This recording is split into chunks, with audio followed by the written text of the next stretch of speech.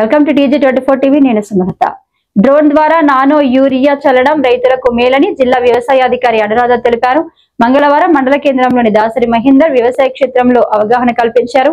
ఈ సందర్భంగా మాట్లాడుతూ ఆధునిక సాంకేతిక పరిజ్ఞానం వాడకంతో రైతులు మెరుగైన ఫలితాలు పొందుతున్నారని అన్నారు. ప్రత్యేకంగా డ్రోన్ ద్వారా నానో యూరియా చల్లడం వలన పొలంలో సమానంగా ఎరువు పడడమే కాకుండా శ్రమ సమయాన్ని కూడా ఆదా చేసుకోవచ్చని పేర్కొన్నారు. సాంప్రదాయ పద్ధతిలో ఎరువు వేయటం కంటే డ్రోన్ ద్వారా వేసినప్పుడు 80% వరకు ఎరువు వృధా తగ్గుతుందని, పంటలకు అవసరమైన న్యూట్రియంట్స్ సత్వరంగా అందుతాయని అనురాధ చెప్పారు. దీంతో పంట దిగుబడి పెరగటమే కాకుండా రైతుల వ్యయాలు తగ్గుతాయని వివరించారు.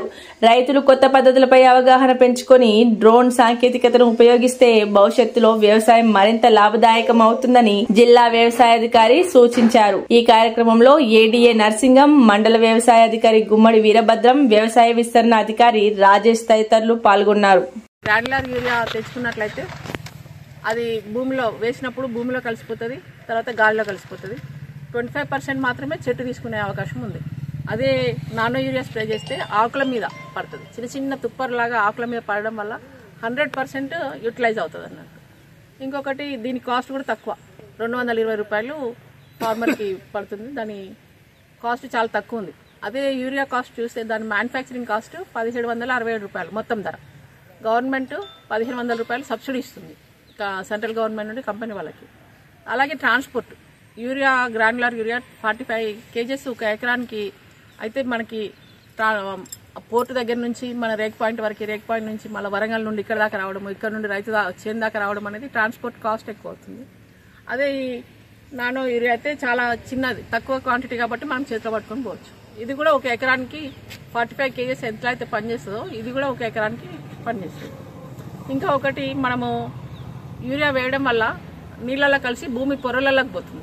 ఈ నైట్రేట్, యూరియా అంటే నైట్రోజన్ ఉంటుంది, నైట్రేట్ అనే అయాన్స్ భూమిలో కలిసిపోయి నీళ్ళల్లో వచ్చి మనకి తాగడం, మన తాగే నీళ్ళలో కూడా నైట్రేట్స్ వస్తున్నాయి. ఈ నైట్రేట్స్ ఉన్న నీళ్ళు తాగడం వల్ల మనకి క్యాన్సర్, అదర్ జబ్బులు ఎక్కువగా వస్తున్నాయి.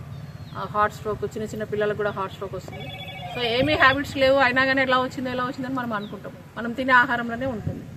సో దీన్ని స్ప్రే చేస్తే భూమిలోకి పోదు, ఇది ఆకుల మీదనే పడుతుంది కాబట్టి వేస్టేజ్ అవ్వదు. మనకి ఆరోగ్యం మంచిగా ఉండాలంటే యూరియా వాడక మనకి తగ్గించేసి నానో యూరియా స్ప్రే చేయాలా.